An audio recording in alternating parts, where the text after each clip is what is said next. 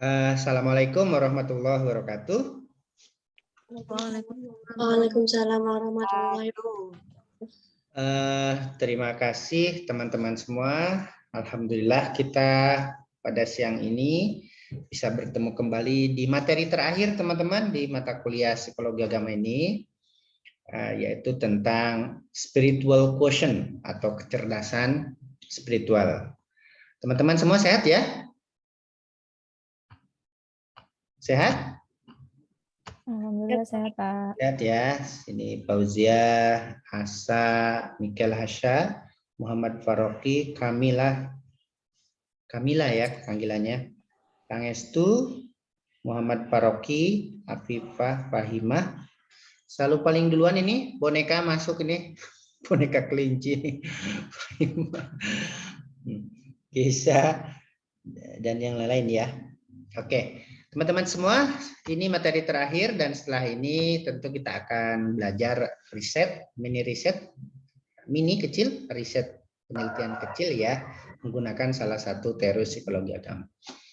Dan pada siang ini kita akan masuk ke materi terakhir tentang spiritual quotient atau kecerdasan spiritual. Kalau kita lihat buku-buku psikologi agama, wah banyak sekali ya sebenarnya materi-materi yang kalau teman-teman concern di kajian ini ada mysticism, kemudian ada apa? Banyak ya punya. Banyak kajian tentang itu, keberagaman anak, remaja, dewasa, wah macam-macam pokoknya. Oke, itu dia. Marilah kita mulai perkuliahan kita pada kesempatan ini dengan bersama-sama melafalkan basmalah. Bismillahirrahmanirrahim. Baik, kawan-kawan. Saya langsung menampilkan ini dan ingin langsung juga mengajak Anda untuk interaktif ya. Sebagaimana di IQ dan EQ, kecerdasan intelektual maupun kecerdasan emosi, kata yang dipakai untuk mewakili kecerdasan adalah ini. Apa ini teman-teman? Apa bacanya? Seorang penulis, pengkhotbah juga, screener dan juga penganut creationism. Di mute. Siapa ini? Agamanya dan sikapnya kasih ke kalian Para siapa ini? Bima. Oke. Quotient. Apa itu quotient? Mana aslinya, teman-teman? Intellectual quotient, emotional quotient. Coba lihat di kamus. Apa makna quotient?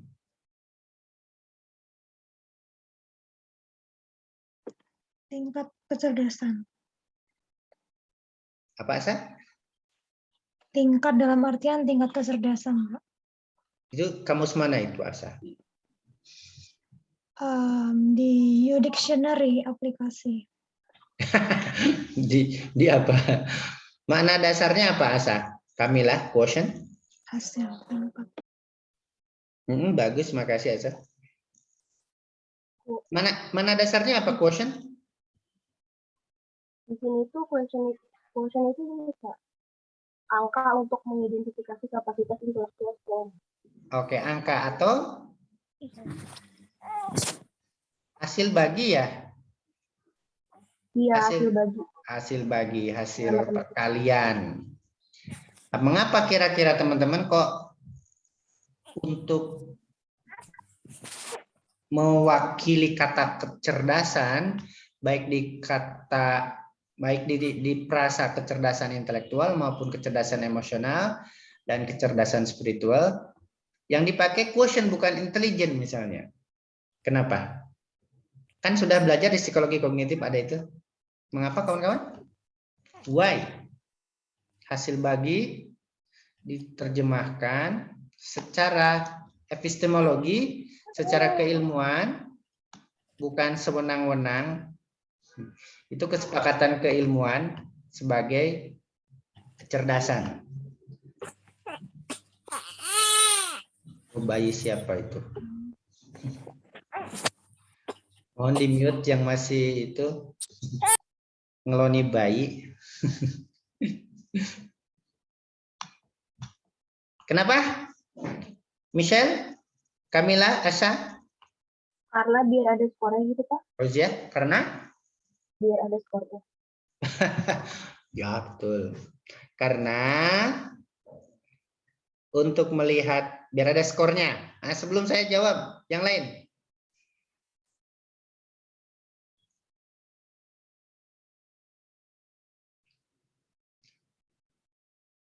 Oke, orang dengan IQ di atas rata-rata yang disebut dengan jenius itu angkanya berapa, teman-teman? Di atas berapa? IQ berapa? Halo, psikologi? Ada tes toh, tes itu toh, tes kecerdasan toh. Ada mata kuliah nanti ya? Semester berapa? Belajar. Orang dikatakan jenius itu Anda, saya kalau tes dan idiot, ada idiot ya di bawahnya. Itu di atas nilai berapa, teman-teman? 130. 140. Skor ya. Skor 130 atau 140. Oke, dan untuk menggambarkan itu dasarnya skor, kata Fauzia. Karena itu kata yang dipakai untuk quotient atau kecerdasan adalah quotient. Oke. Kenapa? Karena untuk mengetahui tingkat kecerdasan intelektual seseorang, kecerdasan emosional seseorang, dan kecerdasan spiritual seseorang itu menggunakan instrumen tes yang berdasarkan skor itu. Oke, makanya yang dipakai adalah quotient, bukan intelligent ya, bukan kecerdasan yang karena terdiri dari berbagai unsur itu. Nah, teman-teman kan sudah ya belajar tentang IQ ya. Sudah mungkin ada mata kuliah tentang kecerdasan emosi, ada mata kuliah tersendiri? Nggak ada? Padahal di prodi psikologi umum, coba teman-teman lihat. Ada namanya psikologi pertumbuhan. Tentu ada psikologi perkembangan pasti. Ada namanya psikologi kebahagiaan loh teman-teman. Di prodi psikologi umum yang di barat pun sudah ada. Ada happiness psychology. Ada psikologi harapan. Jadi sudah betul-betul ilmiah empirik yang terapan juga ya. Nah, kita akan ke sini ya. Karena kita kajiannya di religious studies, Islamic studies, maka inilah spiritual quotient. Nah, pada kesempatan ini kita akan diskusi apa itu kecerdasan spiritual. Oke. Mengapa penting? Dan sebenarnya saya sudah menulis hubungan antara kecerdasan spiritual dengan kebahagiaan hidup, teman-teman. Di buku yang dari dulu pengen dipinjam oleh salah satu teman Anda belum kesampaian. Itu saya sudah menulis itu di bab akhir. SQ dan kebahagiaan hidup. Kebahagiaan hidup. Nah, itu dia. Saya sudah nulis itu. Di buku terbaru saya ini saya lebih detail lagi mengurai kecerdasan spiritual kaitannya dengan kesuksesan.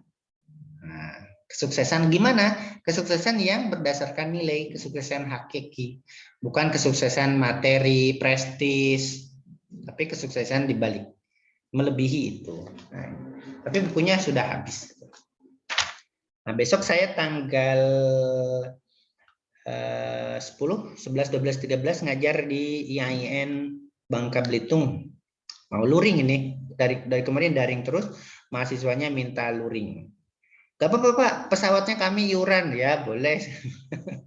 Jadi saya besok mau ke Belitung dan masing-masing mahasiswa, inisiatif mereka sudah membaca mungkin ya, pada beli buku ini satu-satu. Jadi saya nyetak dulu ke penerbit. Tidak saya menawarkan, termasuk kepada Anda tidak menawarkan, cuma menginformasikan. Oke, Nah, itu dia tentang spiritual quotient. Kira-kira apa makna kecerdasan spiritual dalam pemahaman teman-teman? Michelle, Anda pernah dengar kata kecerdasan spiritual? Kamila, Asa, Fauzia, Pangestu, yang lain juga siap-siap saya tanya. Kira-kira apa makna kecerdasan spiritual? Michelle, Michal, bacanya gimana tuh? Michal, Hasya. Apa? Kecerdasan jiwa yang mampu mengembangkan diri nggak sih, Pak? Oh, Elma. Kecerdasan jiwa yang mampu. Untuk mengembangkan diri. Oke, jadi kata kuncinya kecerdasan jiwa ya. Ya. Oke. Kecerdasan jiwa. Oke. Kalau Michelle? Sudah dijawabin Michelle ini. Anda apa? Kecerdasan spiritual itu? Atau yang lain? Resen. Kecerdasan yang bisa membuat pikirannya Gak apa-apa, Fauzia. Sambil ngajar toh. bocil main Pak di samping. Ya, apa? Kecerdasan jiwa untuk melakukan nilai-nilai positif. Untuk apa? Kecerdasan jiwa untuk Melakukan nilai-nilai positif.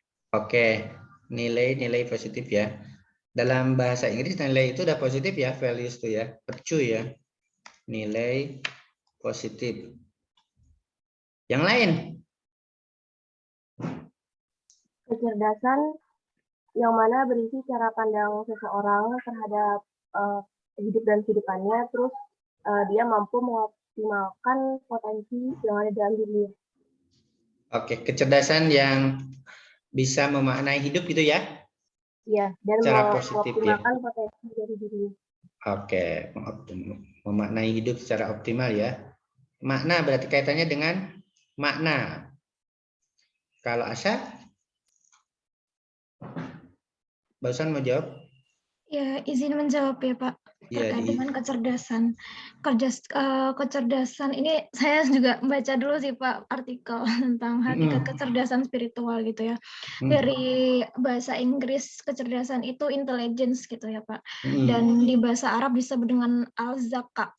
Yang menurut arti lengkap menurut arti bahasa itu adalah pemahaman, kecepatan, dan kesempurnaan sesuatu. Jadi kecerdasan spiritual itu bagaimana seseorang bisa mampu memaknai dengan cepat dan dengan sempurna terkait dengan ilahi gitu Pak. Terkait dengan memaknai yang ilahi ya. Iya. Sama dengan yang tadi ya, memaknai ya. Iya, sama sih Pak. Tetapi ada memaknai yang ilahi. Iya, terima kasih Pak. Oke, terima kasih sudah berbagi. Yang lain, yang belum? Mau sedekah ilmunya? Ayo. Saya Pak. Ya, Tasha. Kecerdasan untuk membantu seseorang mencapai ketenangan dan kedamaian antara hubungan makhluk dengan Tuhannya. Oke, ketenangan, kedamaian ya. Terus apa lagi? Udah Pak, intinya antara makhluk dan Tuhannya. Oke, antara makhluk dan God dan Tuhan ya. Oke, sip. Makasih lain? Pak. Yang lain? Cukup? Oke, kalau ada silakan raise-nya. Kamila, Anda sudah nyarinya udah ketemu belum? Itu kayaknya nyarinya khusus banget. Mohon maaf sebelumnya Pak, ada di room chat itu Pak dari Fadil. Oke, di chat ya. Sip. Kemampuan spiritual yang dapat membantu seorang untuk hidup lebih baik. Oke, kemampuan spiritual. Apa kecerdasan spiritual kok malah kemampuan spiritual? Berarti kemampuan yang dapat membantu seseorang hidup lebih baik ya. To have a better life. To have kemampuan to have a better life. Bagus ya. Keren-keren. Ini nulisnya Angel. Ya. Ini lari-lari. Oke, good. Thank you very much. Nah, good job. Ya, ini dia dari kawan-kawan. Satu, kecerdasan yang berhubungan dengan jiwa ya. Kecerdasan yang jiwa, kemudian kecerdasan jiwa yang berhubungan dengan nilai positif, kemudian makna hidup, kemudian bagaimana memaknai hidup dengan yang ilahi, kemudian ketenangan, kedamaian antara manusia dengan Tuhannya. Oke, sip. Sehingga kita akan tahu nanti orang yang cerdas secara spiritual itu kayak mana sih, dan apakah kita juga sudah cerdas secara spiritual atau belum, walaupun kita sudah beragama kan. To have a better life. Kemampuan to have a better life. Nah, itu dia. Terima kasih. Baik, kawan-kawan. Selanjutnya, ini lebih banyak diambil dari, kalau di Muslim, teman-teman ada namanya Khalil Hafari, kalau tidak salah ya, yang menulis buku tentang kecerdasan spiritual. Kemudian yang secara sistematis, metodologis, mapan, dan itu berlatar belakang psikologis, ada bukunya hitam dulu awalnya. Warnanya bukunya Marshall dan siapa? Jan Marshall sama pasangannya. Kok lupa yang saya rujuk. Itu buku wajib saya kok. Danah Johar dan Jan Marshall. Oke, itu dia. Ini diambil dari situ. So ini dia SQ itu teman-teman. Melengkapi jawaban teman-teman semua. Adalah kecerdasan untuk menanggapi dan memecahkan persoalan makna dan nilai, teman-teman. Oke, kecerdasan untuk menanggapi dan memecahkan persoalan makna dan nilai. Sebelumnya kan ada kecerdasan intelektual dan kecerdasan emosi. Jadi, kalau teman-teman sewaktu mau buang sampah, bungkus permen yang hanya 1 cm kali 1 cm dan teman-teman tidak melakukannya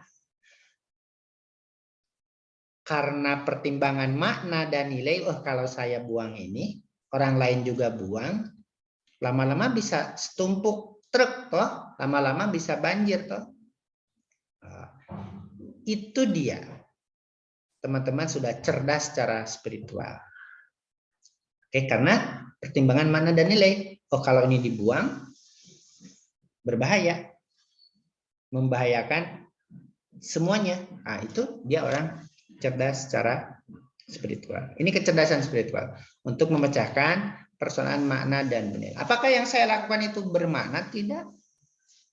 Bernilai positif? Tidak. Selalu begitu. Kalau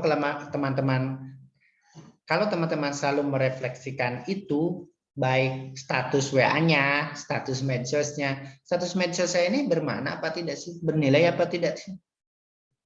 Nah, itu dia. Kalau tidak bernilai ya jangan dilakukan.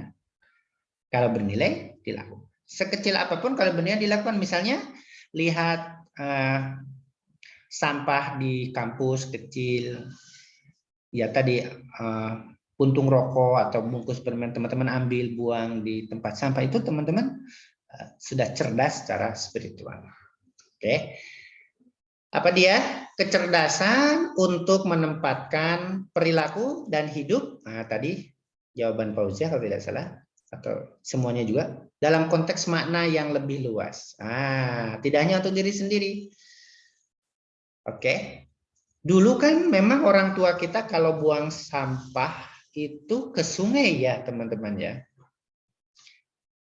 Maka diikutilah oleh keturunannya. Keturunannya sekarang buang sampah juga ke sungai kalau dekat sungai itu. Padahal beda konteks. Dulu orang tua kita buang ke sungai itu sisa makanan, sampah-sampah sisa makanan yang justru bisa memperbanyak ikan di situ.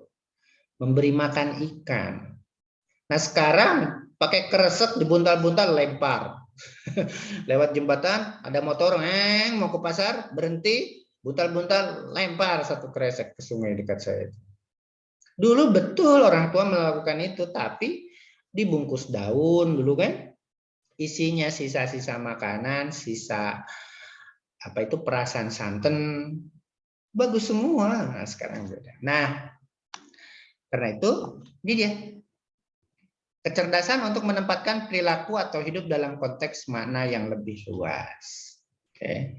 Walaupun buang sampah 1 cm kali 1 cm bungkus permen, teman-teman tidak melakukannya karena pertimbangan menghindari banjir, pertimbangan jaga kebersihan, pertimbangan lingkungan. Nah, itu kita atau teman-teman kita semua sudah cerdas secara spiritual. Kalau makan permen jangan buang di sembarangan dong. Kalau belum dapat tong sampah ya masukkan di tas kita kan. Yang perokok-perokok nih jangan dong merokok di tempat umum kan. Karena secara luas mengganggu yang lain. Boleh di tempat umum asal asapnya ditelan sendiri toh.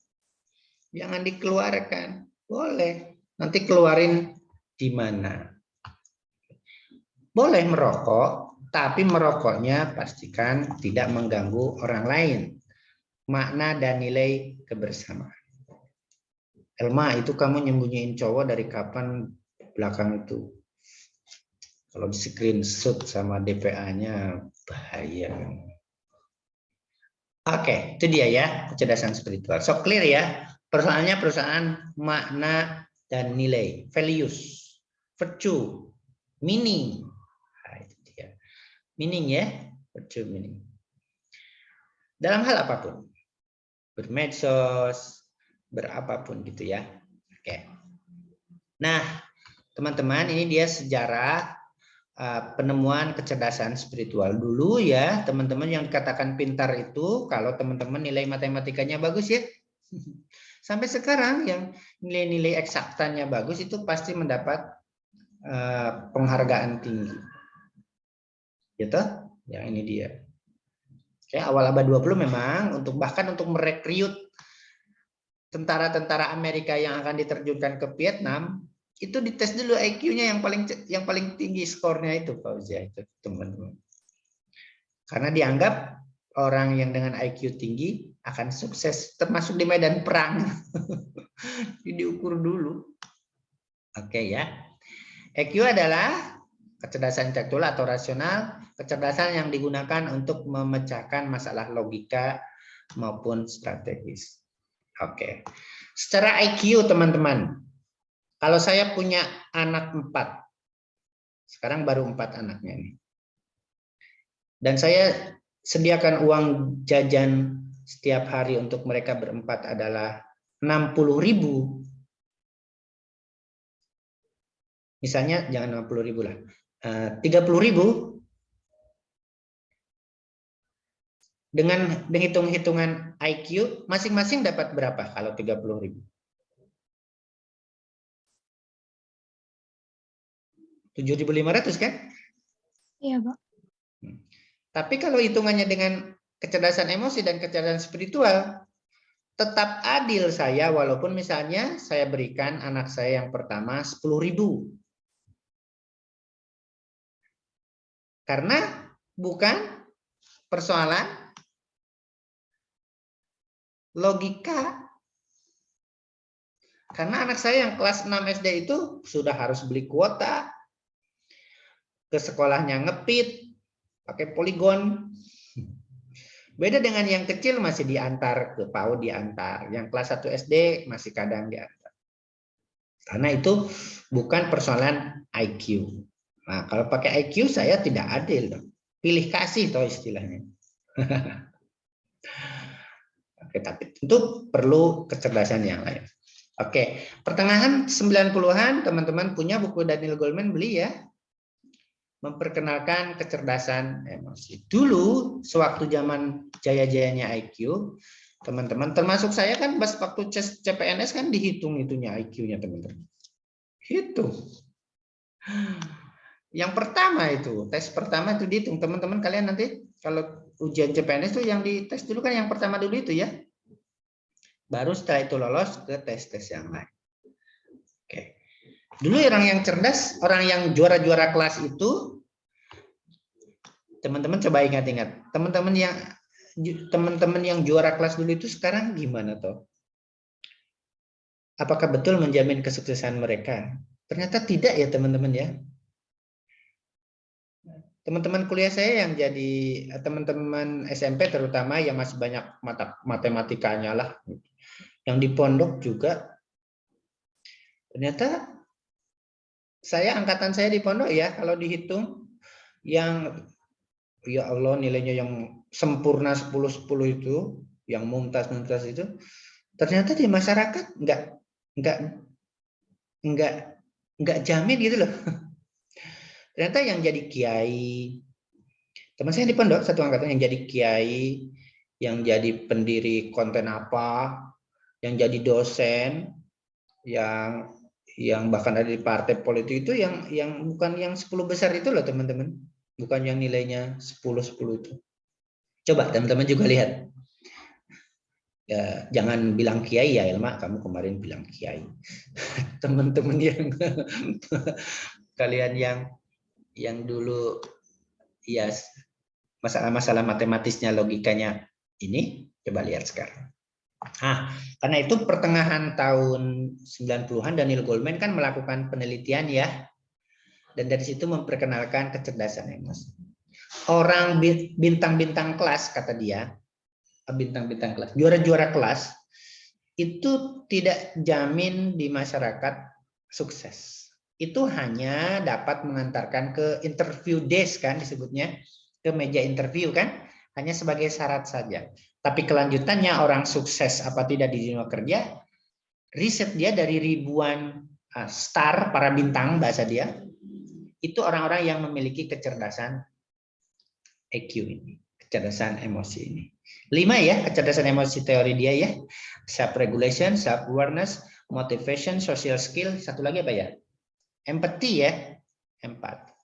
Orang-orang dengan self-regulation tinggi, self-awareness tinggi, dengan motivasi tinggi, social skill tinggi, dan empati tinggi lah yang menjadi CEO, memiliki perusahaan-perusahaan besar dunia, yang lain-lain. Itu dia. Itu menurut Daniel Goleman penelitiannya, dan betul. Coba kita ingat-ingat teman-teman kita ya, termasuk diri kita sendiri ya.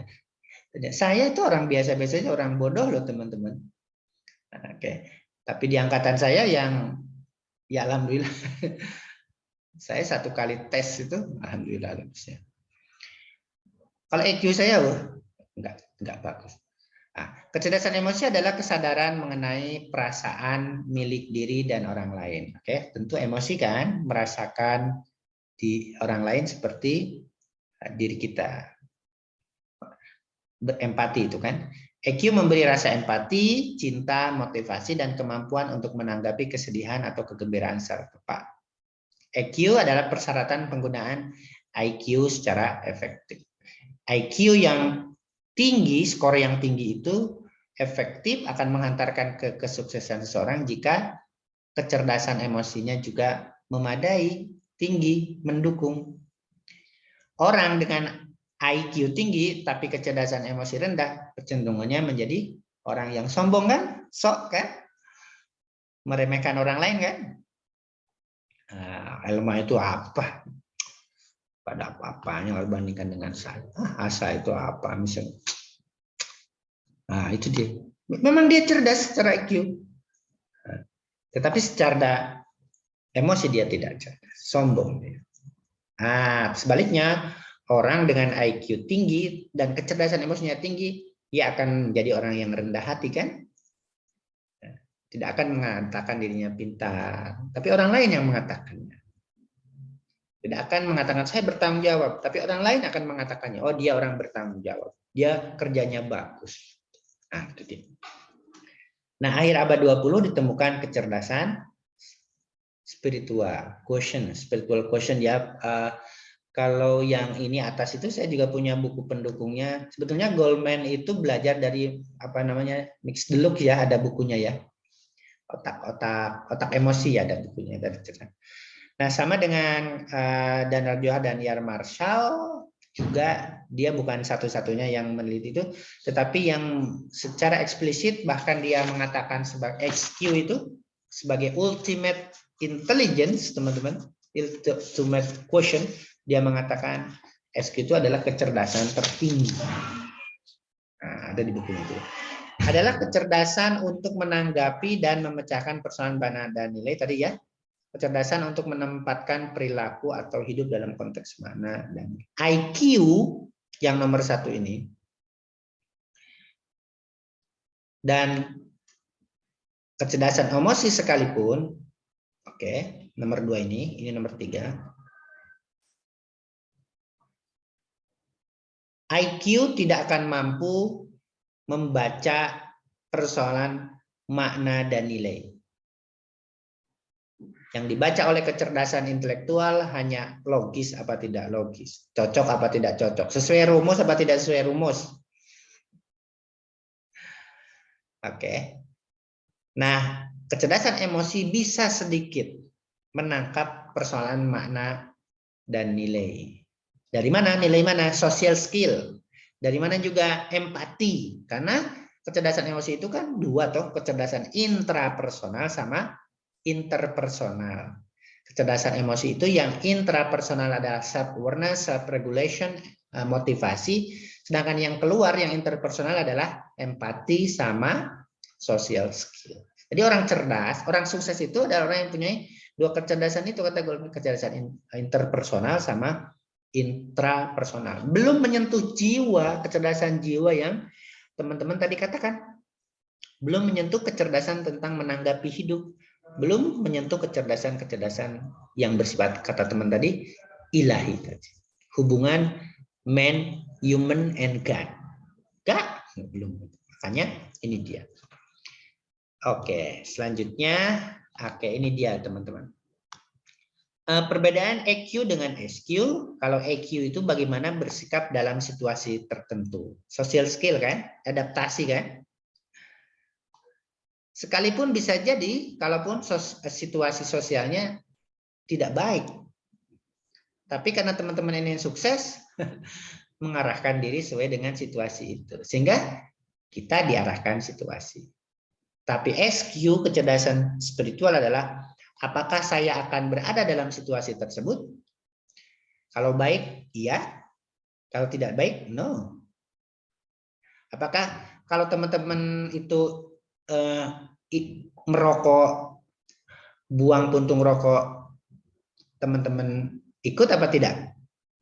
Nah, apakah saya akan berada dalam situasi tersebut? Kalau teman-teman ikut karena jaga perasaan, nah teman-temannya bawa bir, saya jaga perasaan, itu kecerdasan emosi itu. Tetapi kalau teman-teman enggak, haram, saya tidak. Nah, Anda cerdas secara spiritual, mengarahkan situasi. Bahasa saya di buku saya, teman-teman, orang dengan EQ tinggi, kecerdasan emosi tinggi, bisa jadi sukses besar. Oke. Tetapi belum tentu kesuksesannya itu mengantarkannya pada kebahagiaan hidup. Karena kebahagiaan hidup ini adalah urusan kecerdasan spiritual. Persoalan makna dan nilai. Hidup ini bermakna menurut kecerdasan spiritual. Hidup ini bernilai tinggi, spesial. Apa ada Fauziah, misalnya kembaran yang mirip seperti Fauziah? Enggak ada toh.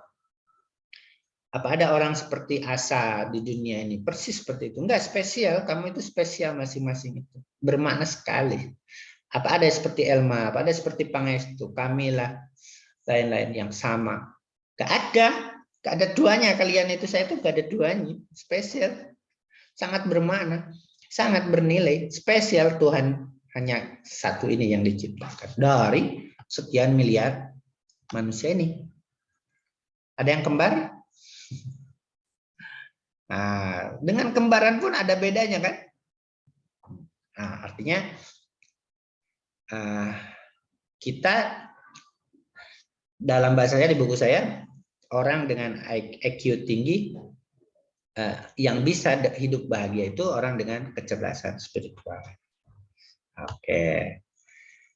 Sip, sampai sini Silakan, ada respon?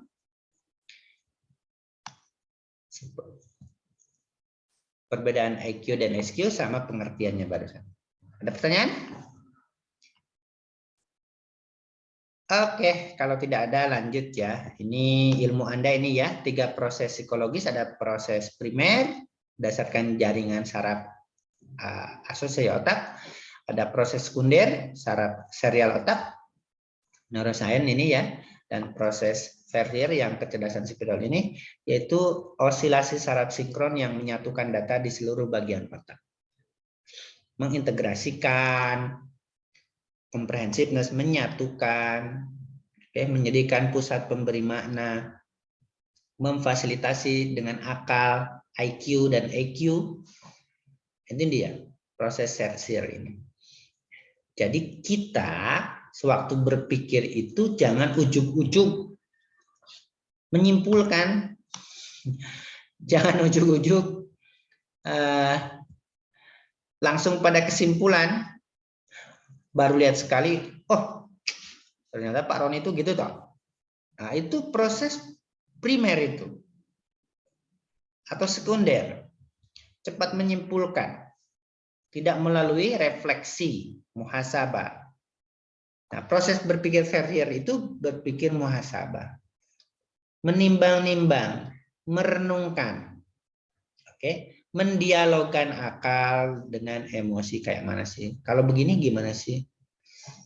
Kok dia begitu ya? Apa saya ada yang salah ya? Ke diri sendiri, kemudian menentukan, mengintegrasikan, mengubah. Oh dia memperlakukan saya seperti itu tuh mungkin karena biar saya lebih kuat, nah ini memberi makna. Bukan awas saya balas nanti. Itu proses IQ itu. Oh asa ini sama saya tak balas kata Indira. Nah, itu proses sekunder itu IQ. Itu ya teman-teman ahli di situ. Nanti akan ada pelajaran. Nah ini dia teman-teman. Bukti ilmiah SQ. Jadi kecerdasan spiritual itu sudah menemukan kerangka ontologinya, epistemologinya ya kalau di filsafat ilmu. Tahun sekian 2000-an ya ada surat kabar New York Times itu kan tidak mengangkat isu kecuali isu yang sudah betul-betul melalui proses yang ketat ya. Nah, pada saat itu New York Times ada headline judul besar, nama masih ingat? Laboran kalau tidak salah, found God in scientists found God in their laboratories. Para ilmuwan menemukan Tuhan di laboratorium mereka. Dari riset-riset itu, dari eksperimen-eksperimen itu, para ilmuwan menyimpulkan, oh Tuhan itu ada dan di otak manusia. Nah, ini yang disebut dengan God spot ini.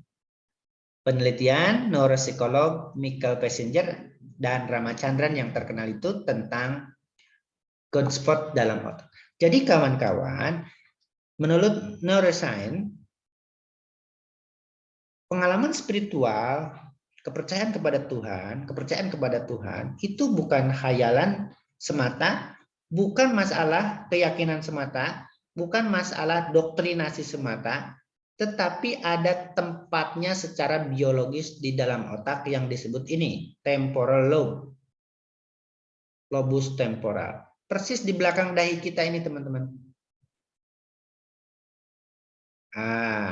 Di laboratorium itu penelitian Passenger dan Ramachandran, ketika distimulus hal-hal pecus, positif, disugesti untuk jujur, untuk membantu orang, hal positif, cahaya di sini itu melalui teknologi listrik nyala terus ini lobus temporalnya, tambah nyala, tambah nyala, tambah nyala, tambah terang, tambah terang, tambah terang.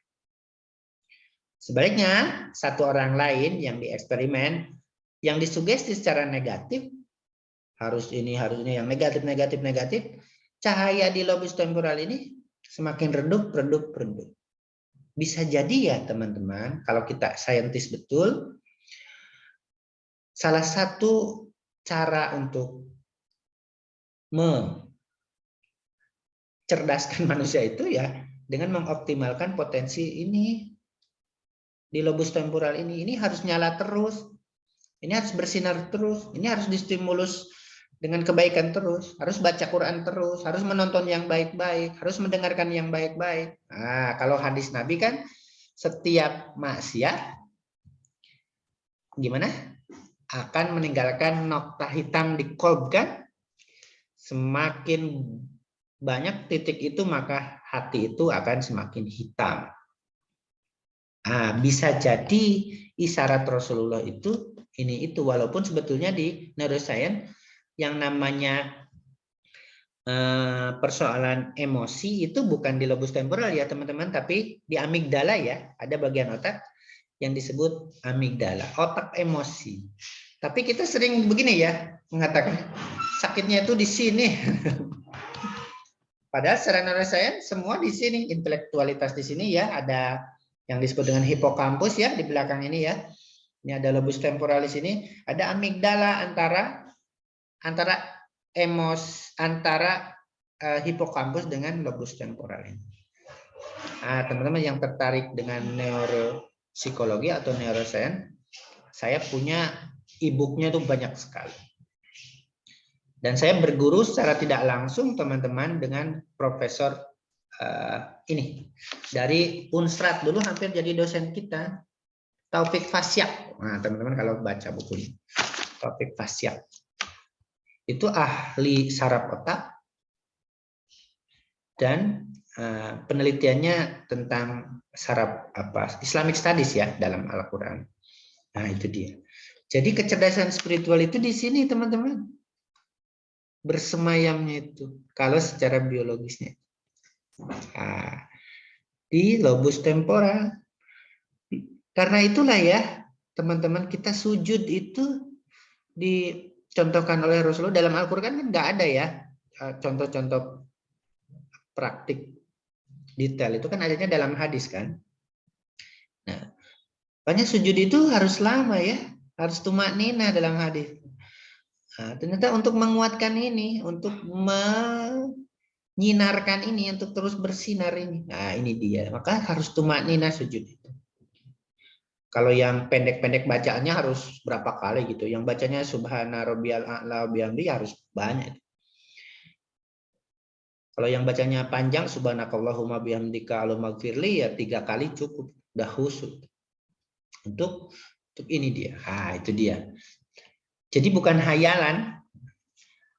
Scientists found God in their laboratory. So menggemparkan itu, wah, kok bisa menemukan Tuhan di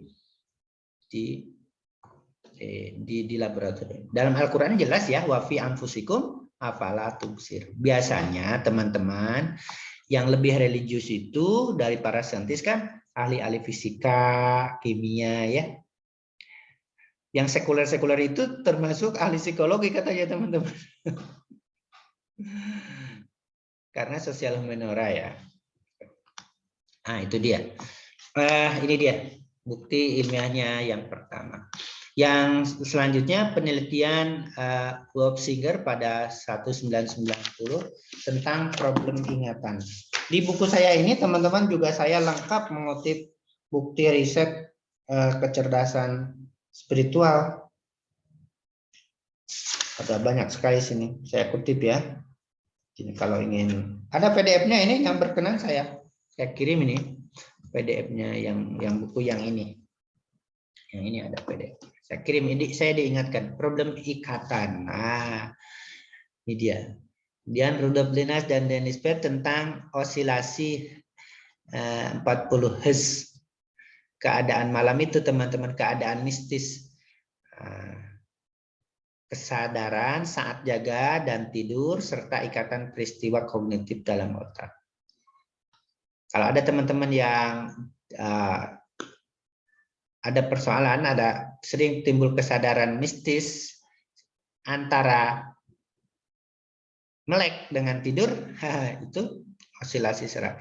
Nah, kuantum ikhlas apa ya? Kuantum ikhlas ya, yang ditulis oleh siapa yang bukunya hijau itu?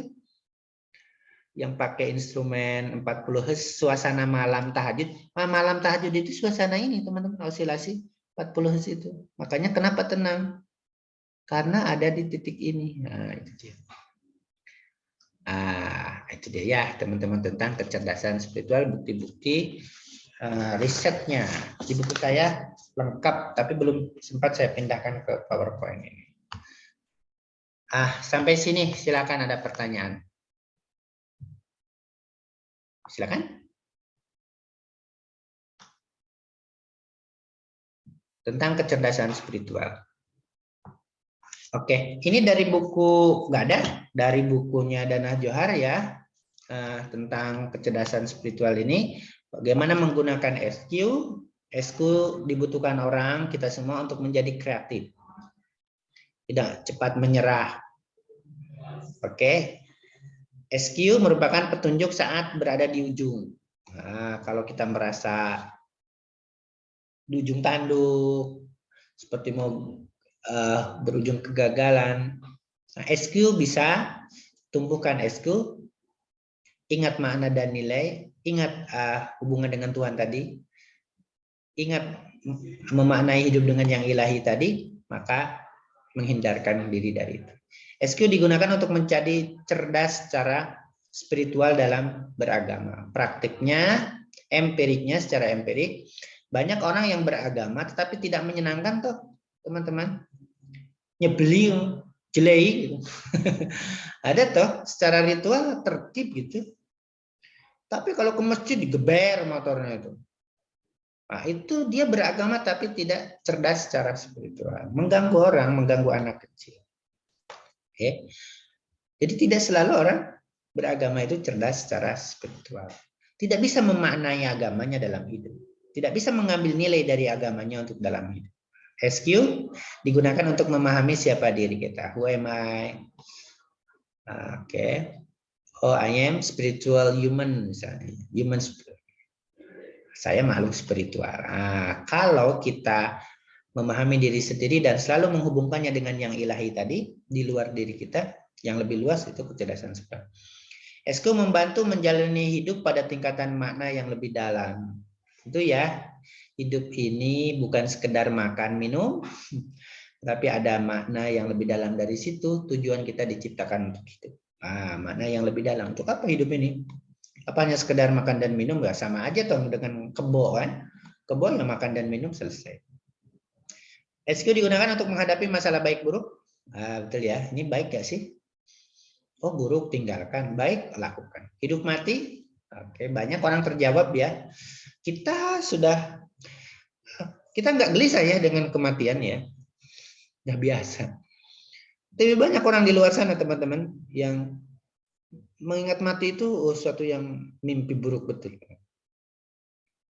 Kesia-siaan berarti dong hidup ini kalau nanti juga mati. Karena tidak memaknai hidup yang lebih dalam tadi sebagai ibadah, ladang amal, persiapan untuk hidup yang lebih kekal misalnya. Asal-usul penderitaan sejati dan keputusasaan manusia. Oke, kembali ke God kan? Kembali ke makna toh. Apapun kembali ke makna. Jadi kalau ada kegagalan pun orang dengan cerdas spiritualnya akan melihat apa makna atau dibalik apa pelajaran yang bisa saya petik dari kegagalan ini. Gitu dia. Oke. Nah, ini dia di Dana Johar ya, menguji SQ, kemampuan bersikap fleksibel teman-teman. Oke, kalau teman-teman fleksibel, oke, kesadaran yang tinggi, kemampuan menghadapi penderitaan, rasa sakit, dan bisa mengambil pembelajaran darinya. Kualitas hidup yang diilhami oleh nilai baik tidak. Oke, keengganan menimbulkan kerugian tuh tadi ya, walaupun hanya puntung rokok ya. Dan pandangan holistik, oke, integral nih.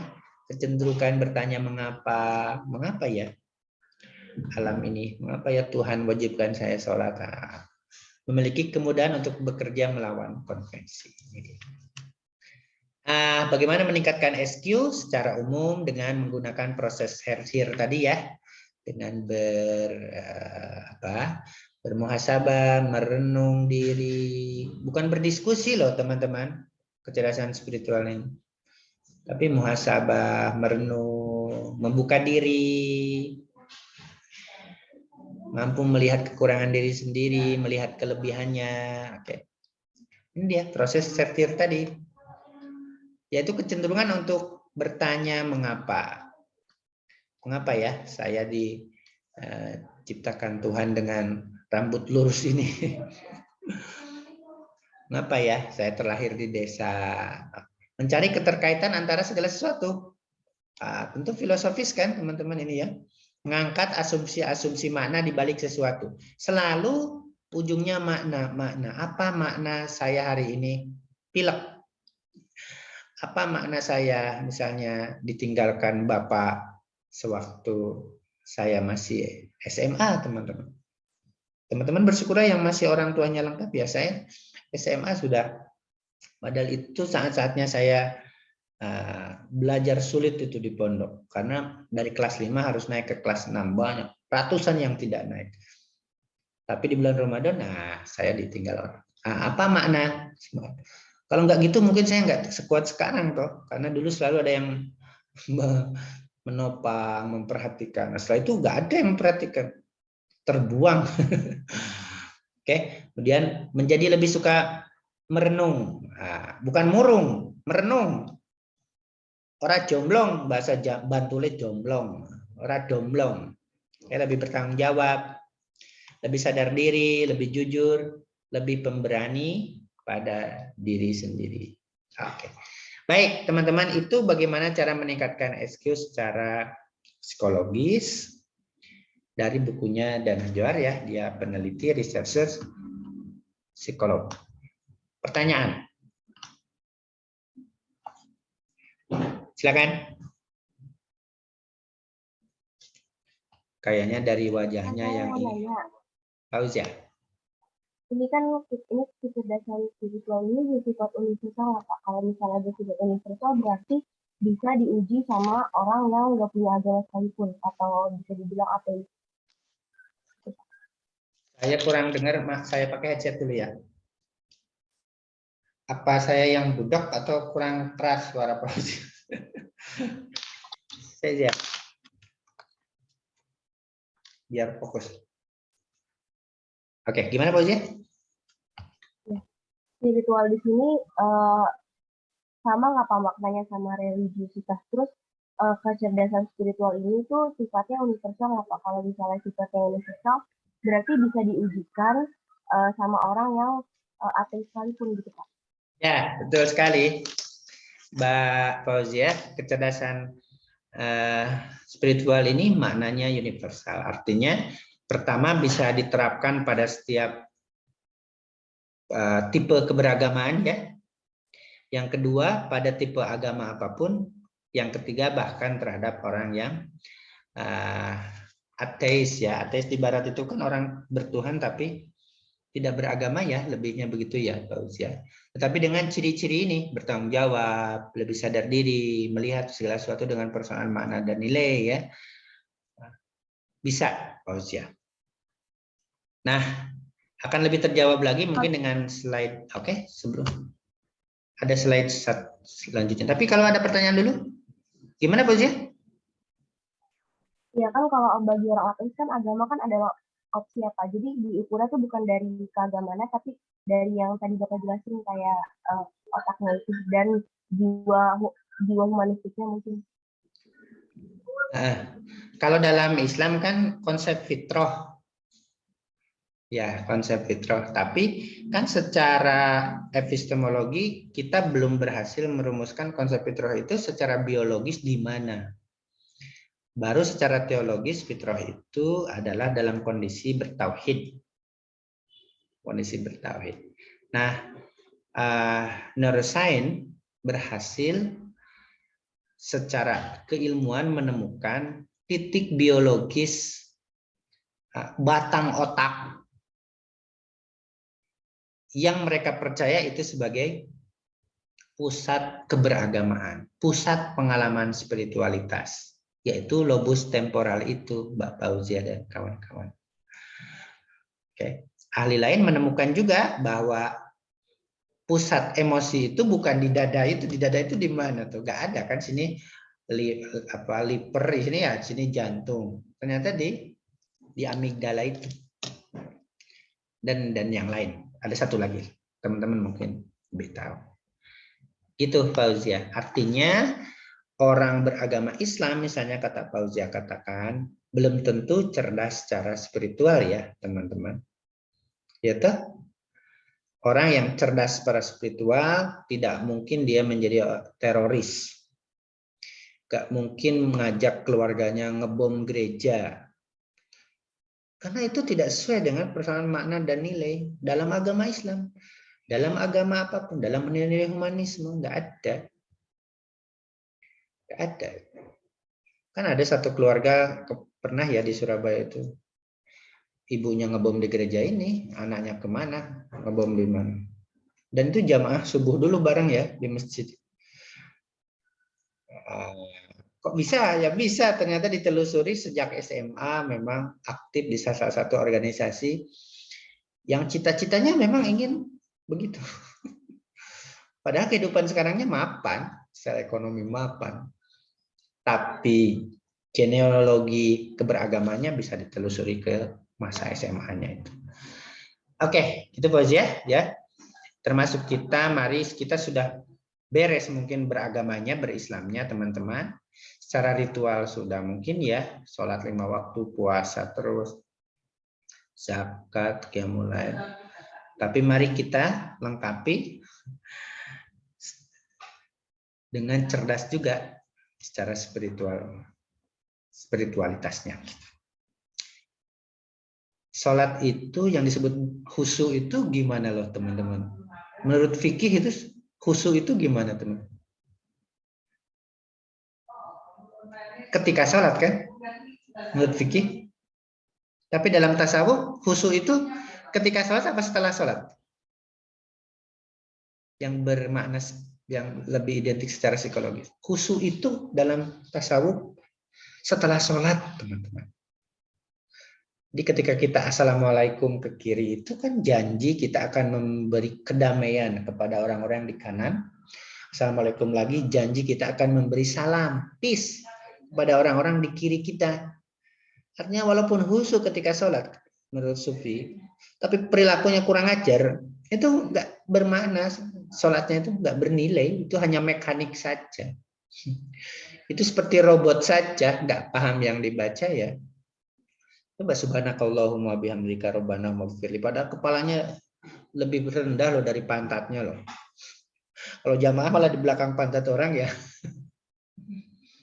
Bukti kita sangat berupaya untuk rendah hati kan. Rendah.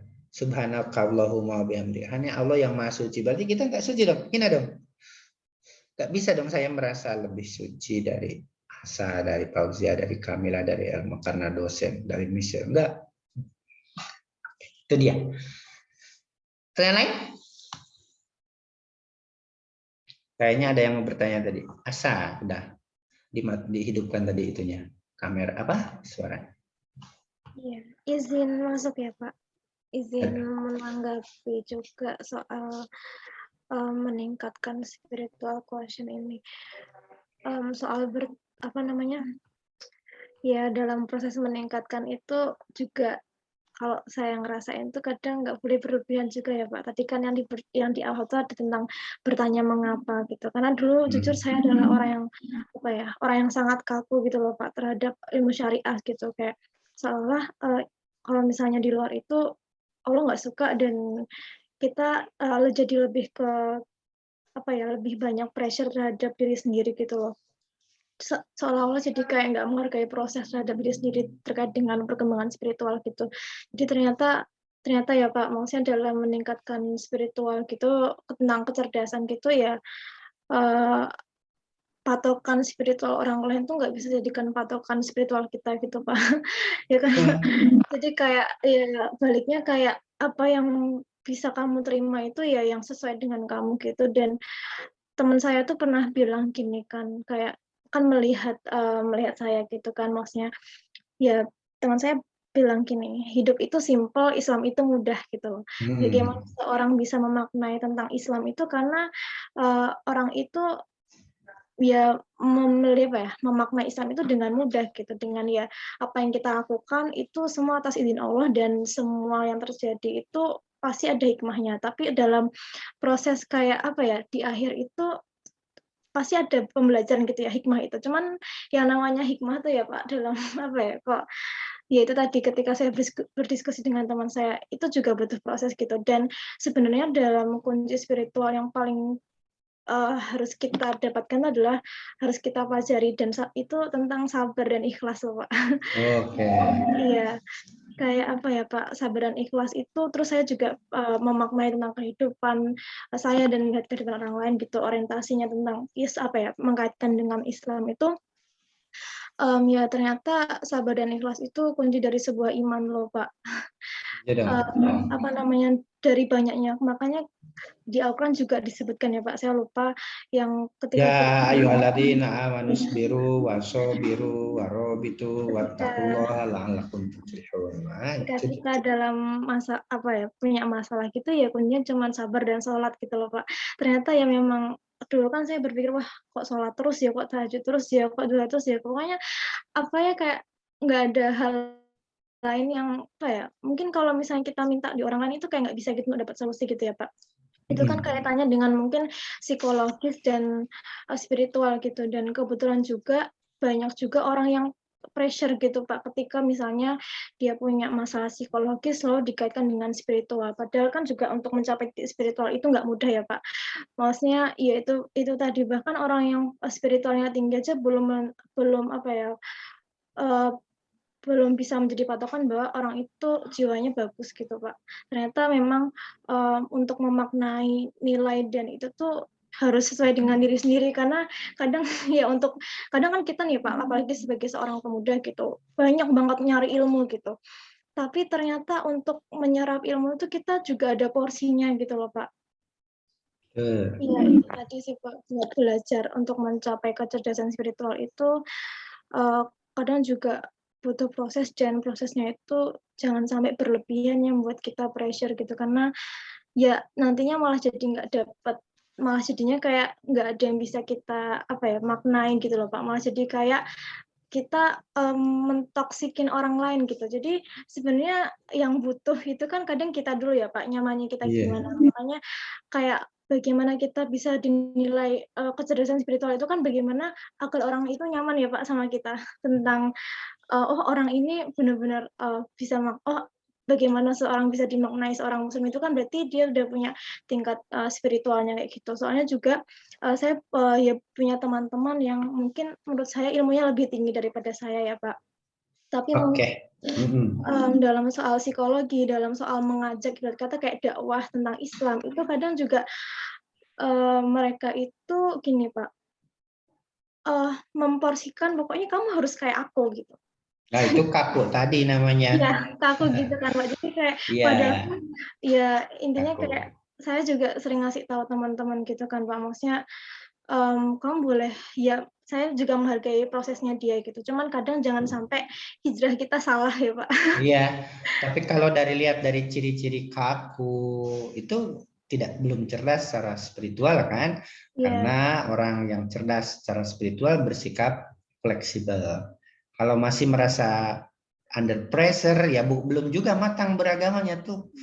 Oke, keberagaman authoritarian kemarin, bukan keberagaman humanis yang datang dari diri sendiri, kebutuhan, pencarian, refleksi. Boleh teman-teman diskusi, banyak boleh. Tapi itu diskusi kan hubungannya hanya sebatas intelektualitas toh. Tapi kecerdasan spiritual itu didapat dari perenungan, muhasabah. Sisakanlah 5 menit ya teman-teman setelah sholat fardu itu, setelah berdoa itu untuk memaknai hidup ini, melihat secara lebih luas. Ya, intinya itu dia kecerdasan spiritual, bukan agama, tapi dia adalah kecerdasan atau kemampuan kita atau seseorang untuk memaknai hidup ini secara positif. Ya toh, menyeluruh tadi. Comprehensiveness lah kalau ciri-ciri kematangan beragama itu. Sejujurnya teman-teman, mana hidup teman-teman yang lebih banyak? Senangnya apa tidak senangnya? Dukanya apa sukanya? Sukanya kan? Positifnya apa negatifnya? Positifnya sehat, hidung normal, tidak dipasangi oksigen, mata ya cuma min 3 ya biasalah. Kemudian pendengaran kayak rada budek ya biasa karena kebanyakan pakai headset. Tapi sejujurnya kalau kita katakan kepada Tuhan, ya Tuhan lebih banyak menganugerahkan hidup kita itu kebaikan-kebaikannya. Sedikit kok penderitaan-penderitaannya. Nah, kemampuan itu kalau keadaan itu kalau dibaca dengan kecerdasan intelektual kerugian kan? Kerugian karena mengganggu ini. Ketika saya sakit mengurangi keuntungan. Ketika saya sakit menghambat ini. Itu kecerdasan intelektual. Tapi kalau kecerdasan spiritual, oh dengan sakit ini saya harus istirahat. Oh dengan sakit ini tubuh saya akan normal lagi. Oh dengan sakit ini supaya saya tidak sombong pada teman. Oh nih saya nggak pernah sakit. Kamu sakit terus. Sitik-sitik pilek. Nah, di sakit pun dilihat dari perspektif makna dan nilai. Tentu harus melalui proses ya teman-teman, sebagaimana disebutkan William James, keberagaman itu adalah ada unsur varieties-nya dulu. Varieties-nya teman-teman nggak usah terlalu terpukau dengan keberagaman orang yang menurut teman-teman wow. Belum tentu kita juga bisa menirunya. Belum tentu juga dia menikmatinya seperti yang kita bayangkan. Jangan-jangan cuma artificial saja. Jangan-jangan cuma topeng. Ya toh? Jangan-jangan cuma topeng. Itu ya bahasa. Dan teman-teman semua tentu kita berproses dalam keberagaman ini, dan itu terkait juga dengan psikologi perkembangan kita ya, perkembangan kognitif kita. Teman-teman usia 22 mungkin sekarang sudah masuk usia matang kan, usia mature kan. Nah, kalau kemarin masih begini ya wajar karena usianya masih belasan, masih remaja. Itu dia. Itu ya saya. Oke, sip. Yang lain? Terima kasih ya Pak. Sama-sama. Iya. Ya, siapa yang mau nanya lagi? Saya Pak. Izin bertanya. Elma ya? Iya Pak. Jangan kiai lagi, Ma. Aku nggak berani ngomong. Enggak Pak. Ini terkait tentang materi yang Bapak jelaskan. Nah, izin saya bertanya, apakah kecerdasan spiritual itu atau SQ ini merupakan implementasi dari Al-Quran dan As-Sunnah? Kemudian jika kita melihat kan ya Pak, kan banyak tuh ada orang yang kurang berzakat, infak, empatinya kurang, seperti Bapak bilang tentang empati emosional itu tidak melaksanakan sholat juga. Apakah ada bagaimana Pak hubungannya dengan kecerdasan spiritual ini? Terus jadi kalau semisalnya SQ ini mempunyai kan kecerdasan spiritual yang menghasilkan sesuatu. Nah, bagaimana caranya Pak menumbuhkan kecerdasan spiritual? Ada tidak Pak menumbuhkan kecerdasan spiritual itu triknya gitu Pak? Terima kasih. Jawaban pertanyaan kedua kan sudah dijawab tadi, Elma. Cara meningkatkan SQ ini. Meningkatkan SQ ini tidak lebih banyak diperoleh melalui diskusi-diskusi, debat-debat, tidak. Tetapi melalui proses tersier ini. Harus banyak mendialogkan melalui proses muhasabah ini, merenung ini. Jadi kalau teman-teman diskusi terus, debat terus, itu mengasah kecerdasan intelektual itu.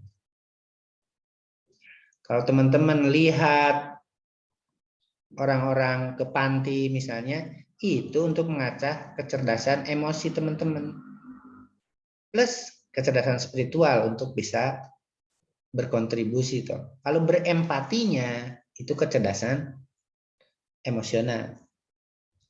Nah, ini dia triknya. Tadi bertanya mengapa. Mengapa toh saya harus sholat 5 waktu?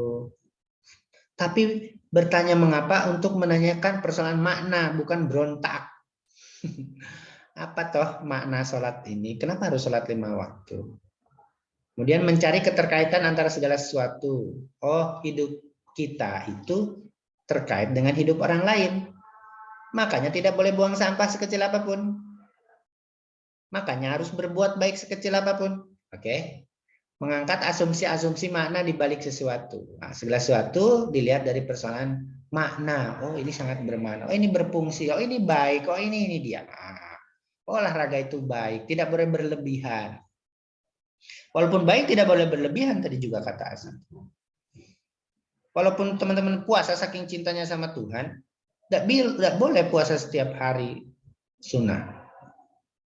Tidak ada dalam syariat fikihnya untuk puasa tiap hari. Yang ada itu puasa jeda 1 hari, kecuali puasa bid. Menjadi lebih suka merenung. Saya bilang tadi, Elma, sediakanlah sekarang waktu setelah sholat fardu 10 menit, 15 menit setelah berdoa itu merenung. Merenung. Saya alhamdulillah hari ini begini. Kenapa ya hari ini? Oh, saya kuliah di psikologi itu karena Tuhan gini. Lebih bertanggung jawab. Wah, ada waktu, kesempatan, kesehatan. Lebih sadar diri, self awareness nih. Lebih jujur, lebih pemberani pada diri sendiri. Ya, ini yang sulit toh, teman-teman. Ada Johar Window, masih ingat ya, yang 4 itu, you know, others don't know, masih ingat? Ini jujur ini.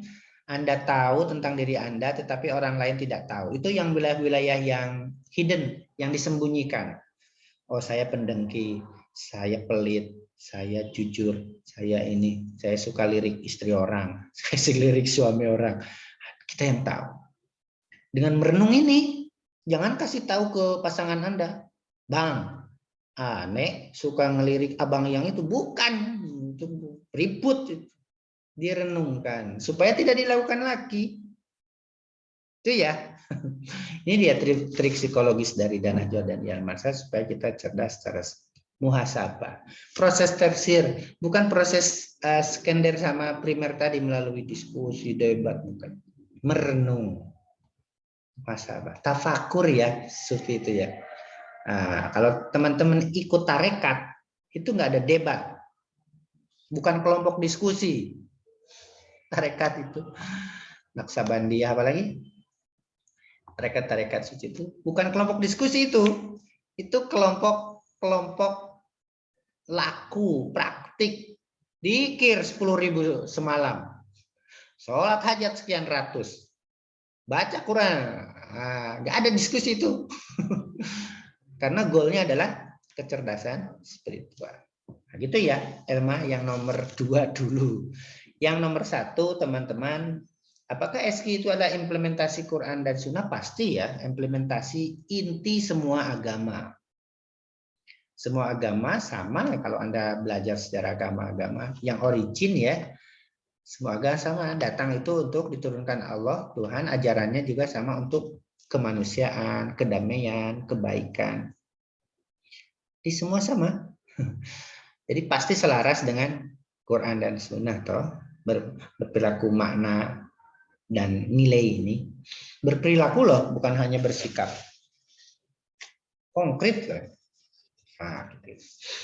Itu ya Elma. Ada buku kearifan dari dunia timur. Isinya itu terjemahan. Isinya tentang kajian-kajian kecerdasan spiritualitas atau kecerdasan spiritual dari agama-agama timur. Ada Elma kalau penasaran, ada di perpustakaan itu. Warna merah marun bukunya. Saya lupa penulisnya siapa. Itu ya, Elma. Terima kasih Bapak. Oke. Saya takut ditanya yang tadi ya, Elma. Yang lain sebelum ke slide terakhir, atau saya slide terakhir dulu ya kawan-kawan, karena saya mau ke Magelang nih, meluncur, ada acara Prodi S2 sampai Rabu. Nggak tahu besok gimana saya ngajar. Oke, nah ini dia SQ dengan agama formal, menjawab beberapa pertanyaan kawan tadi seperti Asa, seperti Pauzia, dan juga mungkin Elma dan yang lain. SQ tidak mesti berhubungan dengan agama, teman-teman. Artinya banyak orang yang tidak beragama memiliki kecerdasan spiritual tinggi, mampu menghubungkan, mampu memaknai hidup ini, dirinya dengan baik dan menghubungannya dengan yang di atas, yang beyond. Di Lombok itu masih ada seorang ateis perempuan yang tur ke sana ya, kemudian melihat sampah di salah satu danau di Lombok. Dia nggak pulang, setiap harinya mengabdikan dirinya membersihkan sampah-sampah dari danau itu. Dan dia tidak beragama, tapi dia sangat tinggi SQ-nya, mempertimbangkan mana. Kalau dia tidak lakukan, ini sampah bisa menggunung, bisa membahayakan masyarakat sekitar, membahayakan alam. Dan ada populasi apa gitu di situ? Ikan apa gitu yang dia jaga. Oke, nah SQ mungkin juga melalui pengungkapan agama, melalui berislam, berkristen, berhindu, berbuddha. Nah, kita berislam. Oke. Nah, Anda tidak buang sampah, Anda menjaga kebersihan, itu SQ-nya tinggi, dan Anda diinspirasi oleh misalnya kebersihan sebagian dari iman. At-tahur, gimana hadisnya? At-tahur syatrul iman. Nah, betul ya? Jadi Anda ber-SQ tinggi dan diinspirasi oleh nilai-nilai hadis, nilai-nilai Quran. Anda bersikap toleran, terbuka, menghargai orang lain yang berbeda, baik intra-agama maupun antar agama, karena terinspirasi oleh la ikraha fiddin misalnya, lakum dinukum waliyadin. Anda cerdas secara spiritual melalui pengungkapan nilai-nilai agama formal. Gitu. Oleh karena itu, menurut Daniel Johar dan Ian Marshall, di risetnya banyak humanis atau ateis ber-SQ tinggi. Oleh karena itu, SQ tantangan bagi agama formal di Barat. Banyak orang meninggalkan agama formal karena dianggap ritualistik, rutinitas, bahkan harus iuran, tetapi menganggap belum mampu memenuhi kebutuhan spiritual. Apa dia? Makna dan nilai, toh. Kekosongan spiritualitas, toh. Ya toh? Di buku-buku itu, di bukunya Danah Johar juga dikatakan kan ada seorang Andres namanya, 33 tahun, dia seorang CEO perusahaan besar, asetnya miliaran dolar. Tapi dia merasa, untuk apa toh semua ini? Besok saya akan mati. Dia dengan kesuksesannya itu belum menemukan makna untuk apa. Nah, kalau dia beragama atau tidak beragama yang ber-SQ tinggi, pasti menemukan makna di baliknya. Oh, kaya itu biar bisa sedekah. Oh, kaya itu biar bisa nyumbang ini yayasan kanker. Nah, Andres itu 33 tahun, bayangkan punya kekayaan miliaran dolar. Dan gagal paham hidupnya itu untuk apa? Rutinitas saja, katanya ngitung laba. Emang kalian, misalnya Elma nih, tiba-tiba sekarang dapat hadiah 10 miliar. Emang 10 miliar itu bisa dimakan langsung hari ini, dinikmati? Kan enggak juga tuh. Enggak toh? Untuk apa toh? Misalnya Vika dapat hadiah apa? Bingung membelanjakannya. Karena tidak punya kecerdasan untuk memaknai itu. Itu dia. Itu contoh di situ ya, dia meneliti banyak orang yang sukses secara materi tapi hampa secara spiritual. Nah, cerdas spiritual itu untuk mengisi kehampaan spiritual. Jangan-jangan kita juga sholat tapi tidak menikmatinya, jangan-jangan ya. Tidak memenuhi kebutuhan spiritualnya. Kebutuhan fisik sudah ya, makan terus ya. Tapi kebutuhan spiritual, oh kalian galau, kalian nggak bangun pagi nggak yakin gitu. Itu lemah itu secara spiritual, krisis spiritualitas itu. Hindari krisis spiritual. Tapi kalau bangun itu mantap, alhamdulillah. Oh, hari ini kuliah, hari ini mau ngeresum materi psikologi agama, hari ini psikologi pendidikan. Wah, saya orang mantap itu, cerdas secara spiritual. Oke. Ya, itu dia ya teman-teman. Ini apa kok muncul sendiri? Oke. Dan agama formal tadi ya. Oke, sip. Nah, karena itu perbedaannya gini. Agama formal itu aturan atau kepercayaan yang dibebankan secara eksternal ya ke diri kita ya. Dan itu taken for granted ya, teman-teman. Take it or leave it. Bersifat top down, diwarisi para nabi, orang tua dan lain-lain. Sedangkan kecerdasan spiritual ini dia. Nah, ini take it or leave it. Bukan jelek ini, tapi ini taken for granted. Harus kita ambil, harus kita percayai. Nah, ini. Tapi kalau kecerdasan spiritual adalah kemampuan internal bawaan otak dan jiwa yang inti terdalamnya adalah inti alam semesta diri sendiri. Wa fi anfusikum afala tubsirun. Dan di dalam diri kalian ada ayat-ayat Allah. Di diri kalian loh, bukan di alam. Sebelumnya itu apa yang diragu? Wa minal afaq gitu. Oke. Memungkinkan otak menemukan dan menggunakan makna dalam memecahkan persoalan. Kalau SQ, membantu menyembuhkan dan membangun diri secara utuh. Oke, utuh, hidup ini utuh loh teman-teman, kita itu spesial ya. Tidak usah di ininya hidungnya yang kurang mancung, nggak usah. Itu yang terbaik itu. Tidak bergantung pada budaya maupun nilai. Oke. Membuat agama menjadi lebih bermakna. Oke, itu dia teman-teman. Kajian SQ ini bukan menggoyahkan keberagaman Anda, keislaman Anda, tetapi untuk menguatkan keislaman Anda supaya lebih bermakna, bernilai, aplikatif, memenuhi kebutuhan jiwa, kegersangan jiwa, kehampaan spiritual, dan ekonomi. Oke, ada pertanyaan lain? Silakan. Silakan. Yang jarang bertanya? Pangestu? Silakan. Tak ada? Oke, kalau tidak ada, ini teori terakhir di materi ini, di mata kuliah ini. Banyak sekali teori-teori psikologi agama yang kalau kalian concern di bidang ini, untuk kalian tekuni ya, banyak buku-bukunya. Mulai minggu depan, kalian mini riset kelompok, nanti akan saya susulkan guideline-nya. Apa yang harus dilakukan dan lain-lain, dan kapan dipresentasikan, atau mungkin sebagai bahan untuk UAS. Gitu. Tapi nantilah kita diskusikan yang hari ini. Kita syukuri dulu hari ini bisa bertemu dengan teman-teman. Hari ini saya meluncur ke Magelang, nyetir sendiri, nggak punya supir pribadi, bukan pejabat. Untuk hari ini marilah kita syukuri dengan bersama-sama melafalkan hamdalah. Alhamdulillahirrabbilalamin. Mohon maaf kalau banyak kekurangan. Wassalamualaikum warahmatullahi wabarakatuh. Waalaikumsalam. Waalaikumsalam.